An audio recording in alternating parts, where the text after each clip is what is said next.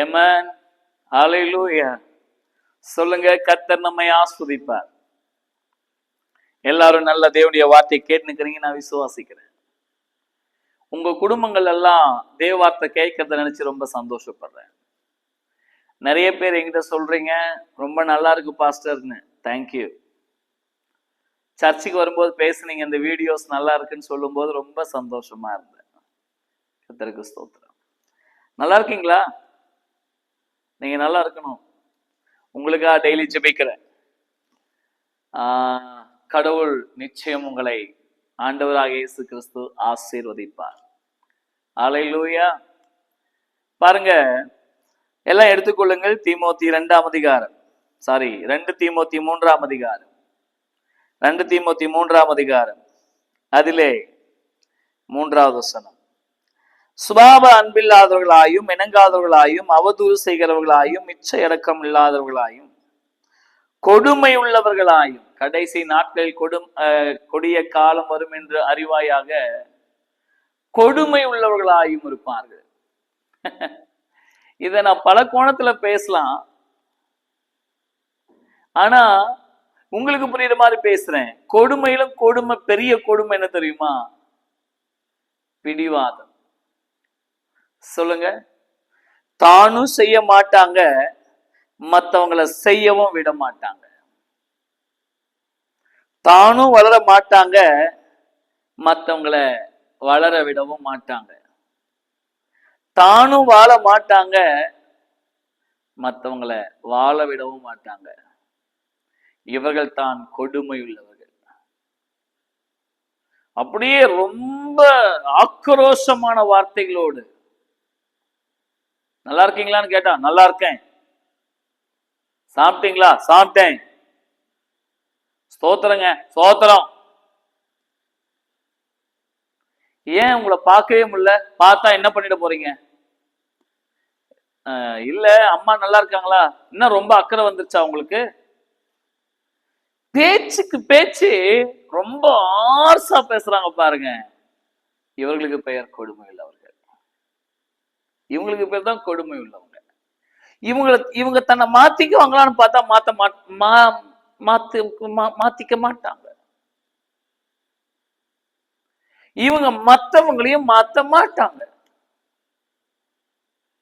கேட்டா சொல்லுவாங்க, I am direct forward. நான் மூஞ்சுக்கு முன்னாடி தான் பேசுவேன். எத்தனையோ பேரை மூஞ்சுக்கு முன்னாடி பேசி பேசி உடைச்சிட்டீங்களே, எதுக்கு இந்த மாதிரி ஒரு கொடுமையான வார்த்தைகள், கொடுமையான சுபாவம் உங்களுக்கு? என்னத்தை கேளுங்க, என்னத்தை பேசுங்க, வேண்டாத வார்த்தைகள், விவாதங்கள்.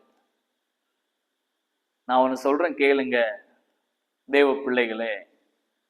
ஒருத்தர் கூட பேசுறோம்னா நம்முடைய வார்த்தை மற்றவங்களுக்கு மருந்தாக இருக்கணும். ஒருத்தர் கூட பேசுறோம்னா மற்றவங்களுக்கு அந்த வார்த்தை ஆறுதலா இருக்கணும். ஒருத்தர் கூட பேசுறோம்னா நம்ம பேசுறதுனால மற்றவங்க நல்லா இருக்கணுங்க. நம்ம பேசுறதுனால ஒரு குடும்பம் உடைஞ்சு போயிடக்கூடாது. நம்ம பேசுறதுனால அவங்க வாழ்க்கை ஒண்ணும் இல்லாம போயிடக்கூடாது.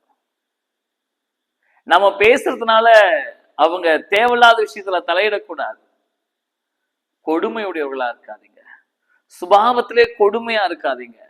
பேச்சுல கொடுமையா இருக்காதீங்க. செயல்ல கொடுமையா இருக்காதீங்க. நிறைய பேருடைய வாழ்க்கையை நான் பார்த்திருக்கேன். பர்ஃபெக்டா இருக்கிறேன்னு நினைச்சிட்டு பல பேரை அவமானப்படுத்துவாங்க. நான் பர்ஃபெக்டா இருக்கிறேன்னு நினைச்சிட்டு பல குடும்பங்களை அல்லது பல நபர்களை குற்றப்படுத்துவாங்க. ஏங்க, நீங்க ஒருத்தர் பர்ஃபெக்டா இருக்கிறதுனால மொத்த பேரையும் குறை சொல்றீங்களே. இவங்க தாங்க கொடுமையுடையவங்க. நீங்க பர்ஃபெக்ட், ஓகே. உங்க பர்ஃபெக்டா மற்றவங்களை கற்றுக் கொடுங்க, தப்பு இல்லை. அவங்களையும் நல்ல நிலைக்கு கொண்டு வாங்க. ஆனா நான் தான் பர்ஃபெக்டா இருக்கேன், நீங்க எல்லாரும் சரியில்லை, அப்ப என்னைக்கு அவங்கள நம்ம மாத்த முடியும்? சாப்பிட்டீங்களா? சாப்பிட்டேன், வாங்க சாப்பிடுவோம், அப்படி சொல்லுங்க. சாப்பிட்டேன். நல்லா இருக்கீங்களான்னு கேட்டா நல்லா இருக்கேன், நீங்க நல்லா இருக்கீங்களா அப்படி கேளுங்க. நல்லா இருக்கேன். எதற்கு இப்படிப்பட்ட ஆஹாஸ்? எதற்கு இப்படிப்பட்ட வார்த்தைகள்? கொடுமையில் ரொம்ப மோசமானது சுபாவத்திலேயே கொடுமையா இருக்கிறது, பேச்சில கொடுமையா இருக்கிறது, ரொம்ப கொடுமையா பார்க்கறது. சில மூஞ்சிங்கெல்லாம் பாருங்களேன், ஷோ அவங்க பார்வையே ரொம்ப கொடுமையா இருக்கும்.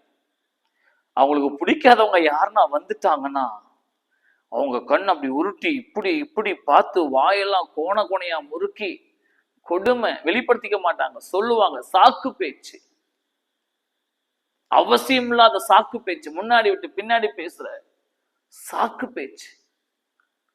கொடுமையுடையவங்களா இருக்காதீங்க. உங்கள் சுபாவம் இரக்க குணமுடையதாக இருக்கட்டும். கொடுமை குணம் வேண்டாங்க, சாந்த குணம் இருக்கட்டும்.